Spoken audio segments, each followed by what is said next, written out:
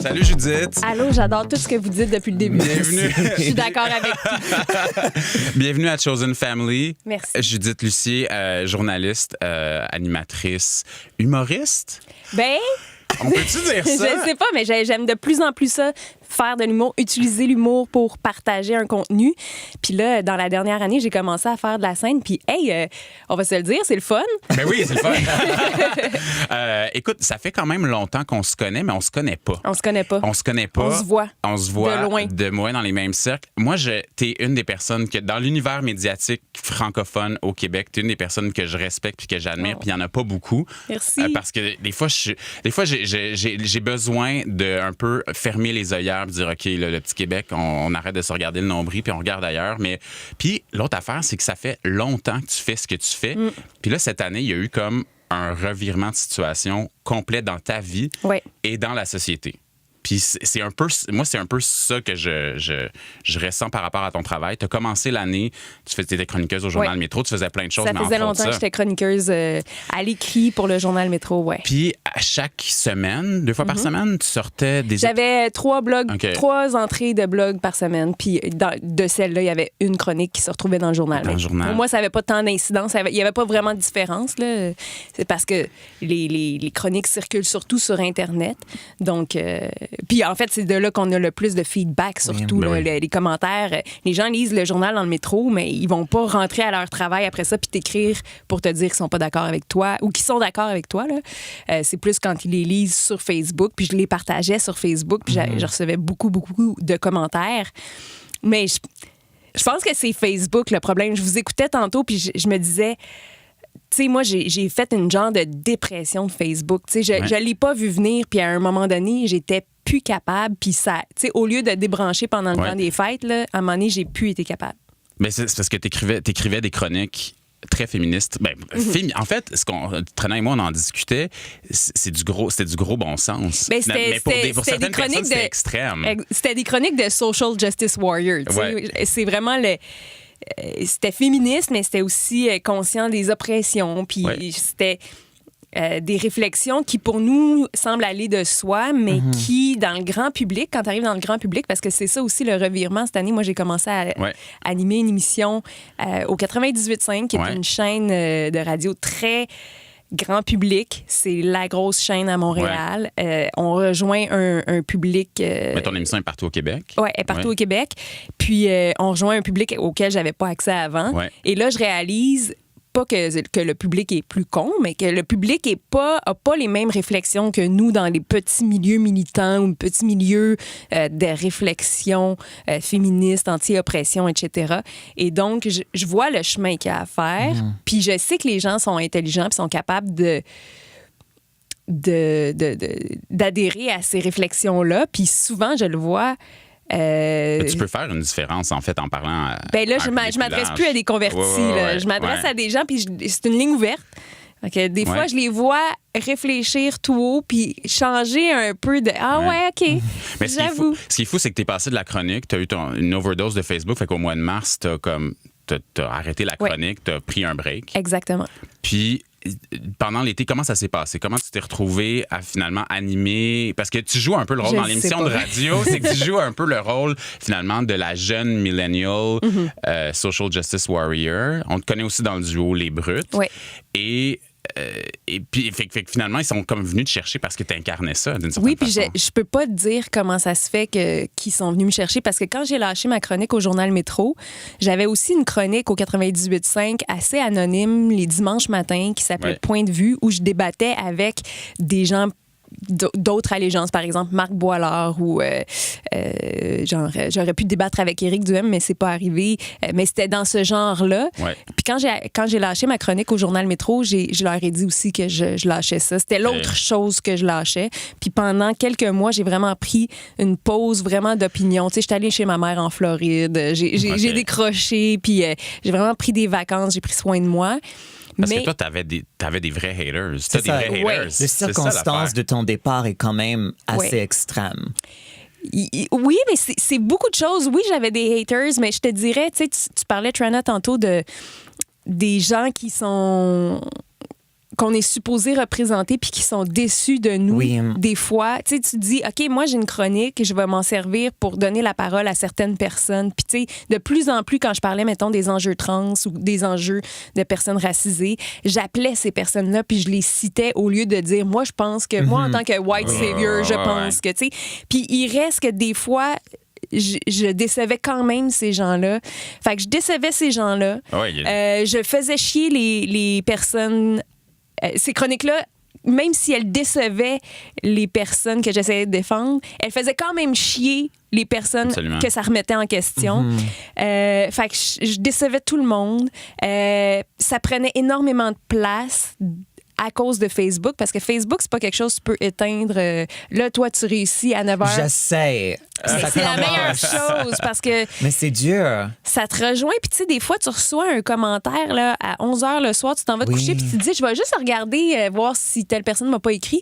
Puis là, tu reçois un commentaire qui te démolit. Il faut dire aussi, c'est envers les femmes. Moi, ça, je reçois très rarement ou très peu ce genre, mais la violence, puis je pense que c'est quelque chose qui est ressorti dans les dernières années, c'est cette violence en ligne-là contre les femmes. Oui. Toi, t'en as été une, mais il y a eu de nombreuses victimes. Je pense à Alice Paquette, par exemple, qui n'a pas une voix dans les... Tu sais, c'est pas une chroniqueuse, c'est juste quelqu'un qui a choisi décidé... d'être dans... Non, non, elle a décidé de dénoncer son agresseur et elle reçoit, là, puis des tas et des tas de commentaires. On a ri un peu de ça au spectacle Fuck la culture du viol qui avait lieu dimanche. Puis, tu sais, elle, à cause que Guy Nantel décide de faire un spectacle dans lequel il la prend à partie, elle reçoit une foule de nouveaux commentaires qu'elle n'a pas décidé d'avoir. Puis c'est d'une violence inouïe. Fait que, ouais, c'est ça. C'est lourd, c'est violent. Puis les gens se rendent pas compte qu'on en reçoit beaucoup. Ces commentaires-là s'accumulent. Puis à un moment donné, ça n'a pas le choix d'affecter ton moral, puis ton estime, puis tout ça. Qu'est-ce que tu penses des gars qui appellent les féministes des féminazis? Ben, je trouve que c'est banaliser beaucoup le nazisme, hein, parce que je veux dire, il y a personne, tu sais, dans toute l'histoire du féminisme là, il y a personne qui a tué personne. Les féministes se sont fait tuer. Absolument. Les féministes ont rien retiré à qui que ce soit. Tu sais, au pire, ils t'ont retiré un peu des privilèges, mais c'est parce que les hommes avaient plus de privilèges, on avait trop. À un moment donné, si on veut l'égalité, ben c'est sûr que ça va écorcher un peu du monde. Fait que je trouve que c'est exagéré comme accusation. Je pense que les gens qui accusent les féministes de féminazie sont bien petits et se sentent menacés à pas grand-chose. Ouais. Moi, je suis complètement d'accord. Mais je pense que aussi ces hommes-là, toute leur vie, ils avaient le pouvoir, ils pouvaient faire comme ils voulaient sans être questionnés. Mais maintenant, il y a quelque chose finalement qui semble changer. C'est vraiment les débuts. Mais penses-tu qu'on est vraiment au début d'un vrai changement? Ou... J'ai beaucoup d'espoir parce que franchement, le mouvement, moi aussi, a beaucoup changé la dynamique. Tu sais, ce que Agression non dénoncée n'avait pas réussi à faire, là, avec moi aussi, il y a des têtes qui sont tombées. Il y a des gens qui ont peur. Il y a des gens qui réalisent, qui prennent conscience qu'il va y avoir des conséquences à leurs gestes. Mais tu trouves pas qu'on parle juste des gens dans le milieu des médias ou dans le milieu artistique, dans les autres milieux? Là. C'est ça. Dans les milieux où la pauvre travailleuse qui n'a pas beaucoup de pouvoir de faire connaître sa cause, effectivement, en restauration. Je pense au milieu de l'hôtellerie où il y a plusieurs personnes en situation de vulnérabilité qui travaillent dans ce milieu-là. Effectivement, mais je pense que c'est quand même utile parce que le milieu médiatique est un reflet de la société. Tu sais, la prochaine saison de House of Cards, ça va être avec mais juste avec Robin Wright. Robin Wright, tu sais, c'est notre personnage préféré à tout le monde. C'est notre personnage préféré. Cette femme-là est extraordinaire. On adhère aussi. Tu sais, dans l'émission, il y avait un enjeu féministe soulevé par le fait qu'elle mettait de l'avant son mari tout au long des premières saisons, et là, ça va être à son tour. C'est un peu une métaphore de la vie. Heureusement, l'émission n'a pas été annulée parce que ce qui aurait pu arriver, c'est que tout le monde, finalement, à cause des agissements de Spacey... Oui, tout le monde soit pénalisé. Exactement. Ça, c'est arrivé aussi sur Transparent. Oui, absolument. Jeffrey Tambor aussi. C'est vrai? Qu'est-ce qui va arriver? Je pense qu'ils vont essayer de le faire sans lui. Wow. J'espère aussi parce que c'est... I mean, it's so sad parce que c'était une émission finalement qui a donné voix à l'expérience trans. Il y a tellement d'acteurs trans sur le show aussi. S'ils l'annulent, tout ce monde-là perd leur job aussi. Perd leur travail, ouais. Mais c'est tellement un bon exemple, Transparent, de comment des alliés peuvent apprendre et qu'il faut les écouter. Il faut respecter leur apprentissage. Tu sais, l'auteur de Transparent, là, pour une raison... Jill Soloway, ouais. C'est ça. Son nom m'échappait. Jill Soloway s'est fait reprocher au début de ne pas prendre des acteurs trans. Puis elle en a intégré de plus en plus dans l'émission. Puis tu sais, le contenu s'est amélioré avec les critiques. Oui. Elle a écouté les critiques. Puis je trouve ça formidable. Je trouve que des fois, on est un peu intransigeant envers les alliés. Une fois qu'ils font une erreur, c'est out. Oui. Alors qu'on apprend. Tu sais, je veux dire, moi, je me considère comme une alliée de plusieurs causes, puis j'ai fait des erreurs, puis je suis contente qu'on me l'ait dit. Puis il y a des gens qui ont réussi à me faire comprendre leur vision des choses, puis j'ai appris là-dedans, puis je trouve que Jill Soloway, c'est un bel exemple de ça. Oui, ce que moi, par contre, je commence à voir, je ne sais pas si c'est le cas pour toi et toi aussi, Thomas, c'est que maintenant, il y a des gens qui se prennent comme alliés sur les médias sociaux, mais qui ne sont pas du tout. Mais ils sachent que s'ils ne s'alignent pas aux causes, il n'aura pas de voix. C'est un opportunisme. Oui, puis exactement. On a vu, tu sais, des féministes, des hommes féministes qui ont fait même qui ont gagné un certain appui populaire en adhérant à la cause féministe et qui finalement se sont avérés être des fraudeurs. Des fraudeurs. Disons-le comme ça. Puis, tu sais, moi, j'ai toujours dit que c'est plus facile pour un homme de défendre la cause féministe. C'est plus facile pour un blanc de défendre la cause des minorités culturelles. C'est plus facile. Fait que c'est essentiel d'avoir ces alliés-là, mais il faut s'assurer que leur adhésion à la cause est sincère. Oui. Tu sais, c'est ça. Mais pour moi, je t'apporte un bon point. Tellement évident, par contre. Mais ce qui m'étonne, c'est le nombre de monde qui voit pas l'illusion à travers l'illusion. C'est ça qui me dérange. Oui. Parce que c'est vrai qu'il y a une fine nuance entre être un allié qui peut apprendre, qui peut faire des erreurs et qui peut apprendre, et être un genre de phony qui veut juste avoir des likes sur Instagram. Exactement. Toi, ton duo avec Lily, Les Brutes, parle-moi de la genèse de ça. Comment ça... Parce que c'est devenu une espèce de succès, je pense. Je pense que Télé-Québec, dans le fond, qui diffuse la série web, qui diffuse la série sur son site web, s'attendait pas à ça du tout. Non, je suis pas sûre qu'ils réalisent toujours l'impact qu'on a. Là, cette année, on a eu des pubs à la télévision, puis des fois, tu sais, notre contenu est peut être tellement dérangeant que des fois, j'ai l'impression qu'ils sont un peu gênés Ah ouais? Ouais, ben tu sais, c'est pas grand public, mais ça fonctionne super bien auprès de notre clientèle cible, tu sais. Puis la genèse de ça, dans le fond, c'est une admiration mutuelle. Okay. Lily puis moi, on aimait chacune le travail que l'autre faisait. Puis les deux, on avait l'objectif d'amener notre travail écrit à un autre niveau de communication, donc vidéo. Puis on trouvait que ça nous permettrait d'apporter ces enjeux-là ailleurs. Puis en se rencontrant, tu sais, ça a tout de suite cliqué. Puis on a eu... Lily a des idées formidables. Elle est d'une intelligence redoutable. Elle a une intelligence aussi de communication qui est phénoménale. Là. On a des discussions ensemble puis on se challenge. On s'est fait reprocher d'être deux personnes qui pensent de la même façon parce qu'on est deux filles féministes. On est tout le temps en train de se chicaner. Pour de vrai, ben oui. Comment vous trouvez les sujets? Parce que vous abordez des sujets assez variés. Vous avez fait, je me souviens, dans la première saison, une espèce de table ronde dans le noir où les gens, en fait, pas gamblaient, mais c'était comme un jeu pour découvrir qui avait le plus de privilèges et le moins de privilèges autour de la table. Donc, mettons, entre un homme hétérosexuel noir, puis après ça, une personne trans, une personne qui vit avec un handicap ou des filles, vous autres. Puis on pigeait dans le bol les privilèges, mais ça a donné qu'on a pigé aucun privilège concernant les handicaps. Fait que la fille qui était en fauteuil roulant, elle s'est retrouvée super privilégiée. Elle était comme, bon, on va ajuster. Comment vous trouvez les sujets, les angles pour ce genre de... comment vous vous dites ça va marcher? Ben, on se pense pas, on se demande pas ça va marcher. Okay. On se dit, ça, on a envie de parler de ça. Okay. Souvent, on voit des réflexions émerger dans Facebook. Bien souvent, c'est ça l'affaire. Hein? On a accès à des articles, je sais pas moi, de The Atlantic ou des vidéos qui se tournent de l'autre côté de la frontière. Ou, tu sais, on a accès à des réflexions. Je pense, par exemple, il y a eu toute une réflexion sur la charge... émotionnelle? Non, charge mentale. Oui. Puis en discutant, Lily et moi, on était comme, ouais, il y a la charge mentale, mais il y a aussi la charge émotionnelle. Ouais. Et ça, c'est autrement sournois. Tu sais, c'est qu'on demande aux filles de sourire, on demande aux filles d'être gentilles, puis de pas...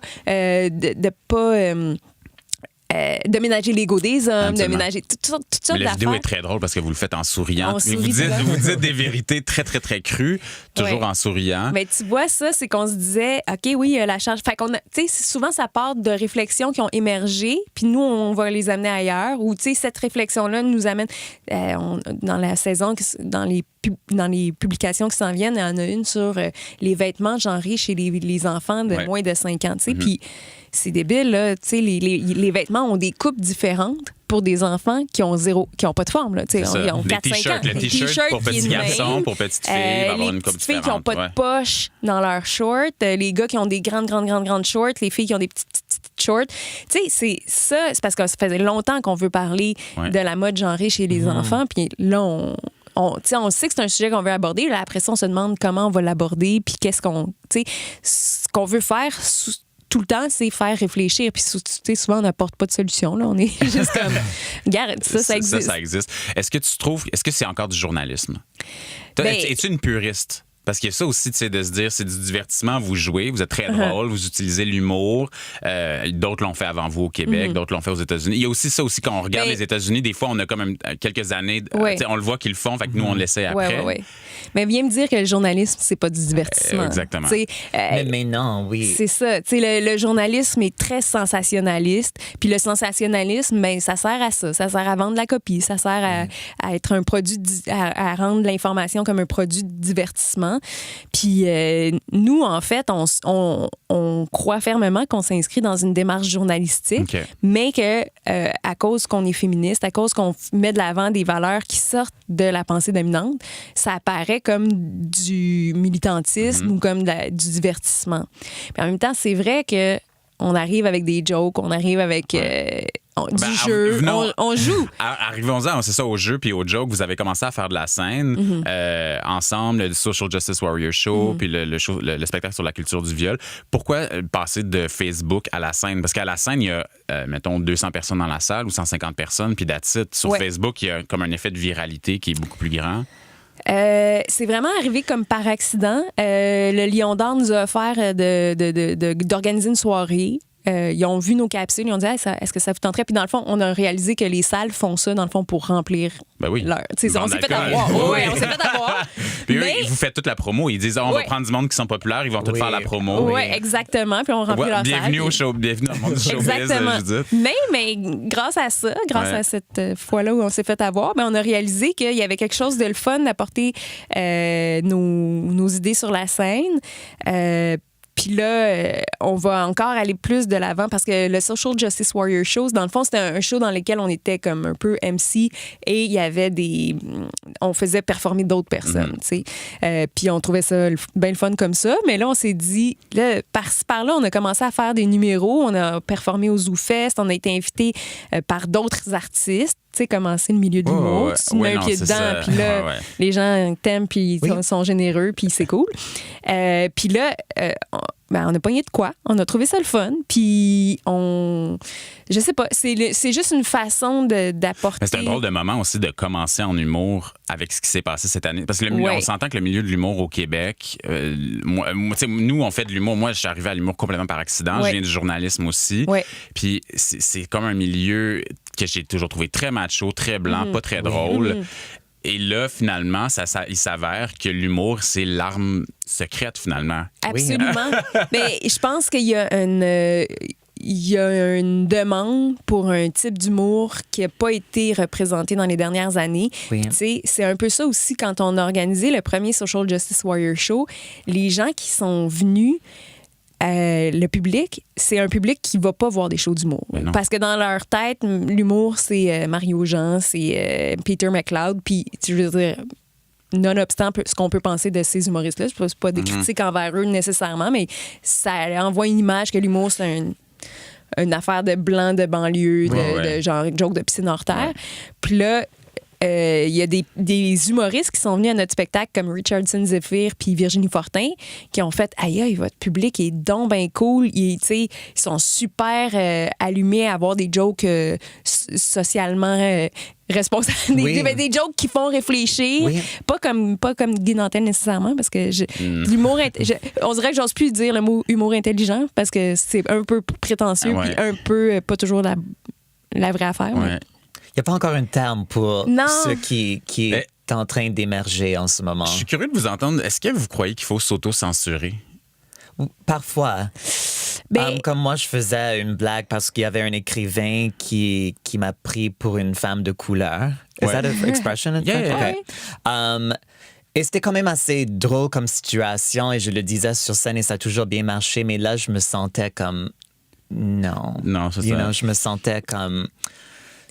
It didn't feel right. Mais moi, je dis toujours, puis tu sais, ça a l'air bien manichéen, là. Faut rire de la bonne affaire. Ouais. Tu sais, c'est dire ça, c'est dire il y a le bien et le mal. Là. Ouais. C'est pour ça que je dis c'est assez manichéen. Mais en même temps, rire de la bonne affaire, c'est depuis toujours, tu sais, c'est le fou du roi rit du roi, là. Il rit pas des pauvres. Fait que c'est de rire des gens qui ont trop de pouvoir.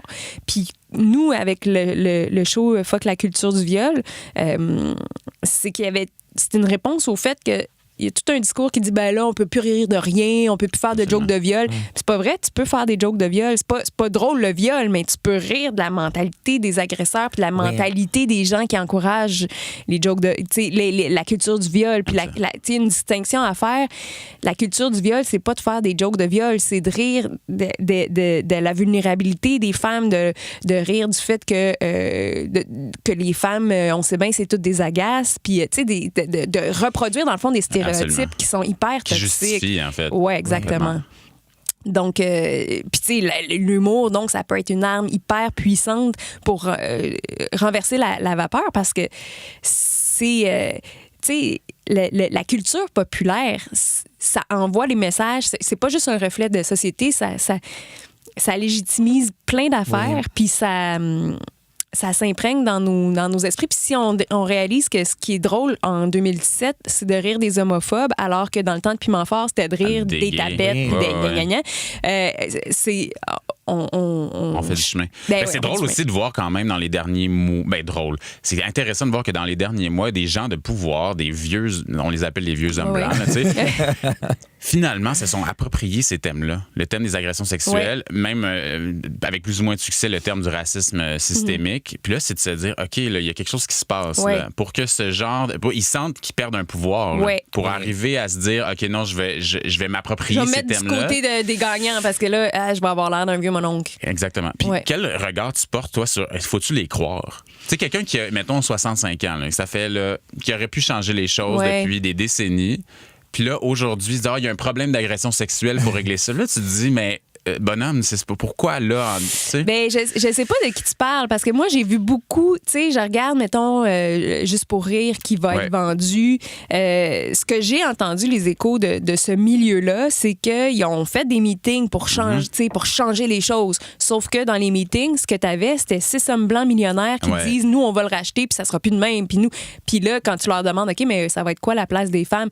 Ben, il va y avoir, tu veux être sur le CA? C'est comme, il y a une réflexion qui est pas abouti. Moi, je le vois très bien. Là. OK, non, c'est pas ça la solution. Mais je sais pas de qui tu vois qui. Je voyais, mettons, des politiciens qui peuvent, par opportunisme, dire il y a un problème d'agression sexuelle ou la culture du viol. J'ai vu dans les chroniques cet automne où il y avait une acceptation du concept, du terme qu'il n'y avait pas du tout il y a 2 ans. Non, quand on en parlait il y a 2 ans. C'est entre guillemets. Ah oui, puis c'était ridiculisé. C'était... Mais je te dirais que c'est encore ridiculisé. C'est encore. Moi, je le vois. Par exemple, tu sais, on a fait on a ouvert les lignes à mon émission de radio plusieurs fois sur, quand l'affaire Weinstein est sortie, ce qu'on entendait, est-ce que les gens appelaient pour dire, mais pourquoi ils n'ont pas dénoncé avant les femmes? Puis, tu sais, pourquoi... Même s'il y a beaucoup de personnes qui sont d'accord avec le fait qu'il y a une culture du viol, il y a beaucoup de gens qui comprennent pas les tenants et aboutissants de cette culture-là, qui comprennent pas, qui participent en disant « Ouais, mais là, elle pensait juste à sa carrière, là. Elle voulait rien qu'elle a pas des... Non, hey, ça allait Il y a des jusqu'à femmes dire... qui pensent comme ça aussi. Ouais. C'est pas juste des gars. Ouais, non, pas juste... Non, c'est parce que les femmes sont partie prenante de la Absolument. culture patriarcale, un mot que je ne dis plus. Non, dans les ça, shows y a plus grand rien à public, faire, dans ouais. les chroniques grand public. Non, je le dis juste Mais avec vous. Je veux un peu comme terminer là-dessus parce que, donc là, tu as commencé l'année comme chroniqueuse, Ouais. ça s'est terminé, tu as pris un break et là, tu es à la radio, mais tu fais aussi de la programmation pour les ados. Oui. À VRAC. Ouais. Sur le web, on dirait que t'as un rôle social, t'as comme une responsabilité vraiment que t'as jamais eue. Ben, Jusqu'à maintenant. Puis je sens que ça t'est précieux. Puis Ben ça, oui. je reconnais ça parce que c'est rare. Oui. Tu vois des gens qui vont... Tu sais, le pouvoir, tu sais, finalement, quand tu l'obtiens, tu veux pas nécessairement Ouais. le partager ou tu veux Ouais, pas ouais. nécessairement mettre en lumière ce que les autres font. Ouais, ouais. Alors que dans toi, je sens que tu reconnais complètement d'où tu viens. Tu t'en as parlé tantôt, tu reconnais aussi si tu as fait des erreurs. Ouais. Puis là, je suis comment tu vois ce rôle-là dans les prochaines années? Donc, tu as une parole auprès des adolescents, les ados te connaissent. Ben, premièrement, parler aux ados, c'est très, très, très, très cool parce que, tu sais, quand je fais des shows, quand je prépare mes chroniques pour Alt, l'émission à VRAC, il n'y a pas de... Je prends pour acquis que ces ados-là sont d'accord avec Oui. moi. Ils sont super antiracistes. Ah non, mais toi, quand tu étais Les- ado, il fallait surtout pas... Je suis sûr qu'il fallait surtout pas te prendre comme une enfant ou quelqu'un Non, qui c'est était... ça. Exactement. Ils sont super antiracistes. Ils comprennent pas pourquoi les adultes chiolent contre les immigrants qui arrivent. Ils sont super au fait de la diversité sexuelle et de genre. Ils savent c'est quoi une personne trans, une personne non-binaire, contrairement à Lisiane Gagnon ce matin Oui, dans oui. la presse. Et ils savent, tu sais, ils sont super allumés. C'est bien plus facile de s'adresser à eux qu'à des adultes, des fois, qui, tu sais, par exemple, la question de... Il y a eu un débat sur enseigner que le masculin l'emporte sur le féminin. Tu parles de ça à des ados, ils sont comme oui, tu sais, franchement, pourquoi on enseigne ça depuis tout le temps? Mais tu dis ça à des adultes qui ont vécu avec cette façon de faire-là toute leur vie, puis c'est comme si tu leur enlevais quelque chose, ou c'est comme si tu leur disais, hey, pendant les 50 années de ta vie où tu as vécu avec la règle, le masculin doit l'emporter sur le féminin, t'étais wrong, t'étais dans l'erreur, t'étais sexiste.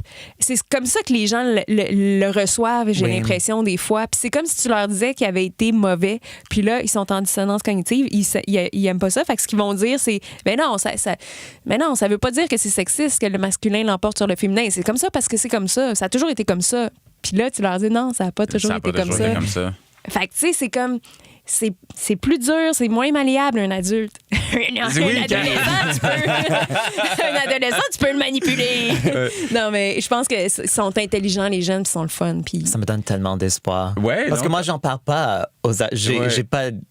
Bien sûr, j'ai pas d'enfants et je ne vois pas des enfants, j'en parle pas. Alors, I have no idea what's going on with them. Alors, ça me donne beaucoup d'espoir d'entendre ça. Non, mais personnellement. rappelons-nous, quand nous, on était ados, moi, je détestais qu'on me parle Mais comme si oui. j'étais idiot. Là. Mais oui.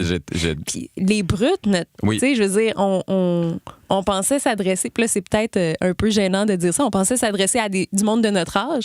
Puis on s'adresse à du monde de notre moi, âge. je vous écoute. Mais on s'adresse aussi beaucoup à des très jeunes, là, à partir de 12 ans. Là. Fait que, tu sais, des collègues à moi qui me disent « Hey, ma fille, elle capote sur cette capsule-là des brutes. » Je suis comme « Yeah! Yeah. » Puis je me dis ah, « Ça t'a appris des choses, hein? » Ouais.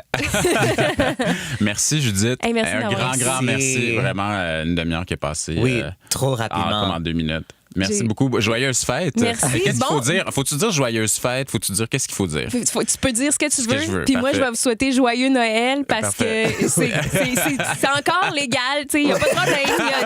Il n'y a personne qui va m'en vouloir. Puis c'est pas vrai qu'on est menacé. Ben non, de non, pas ça pouvoir le c'est dire. hallucinant. Merci, Judith. Merci beaucoup.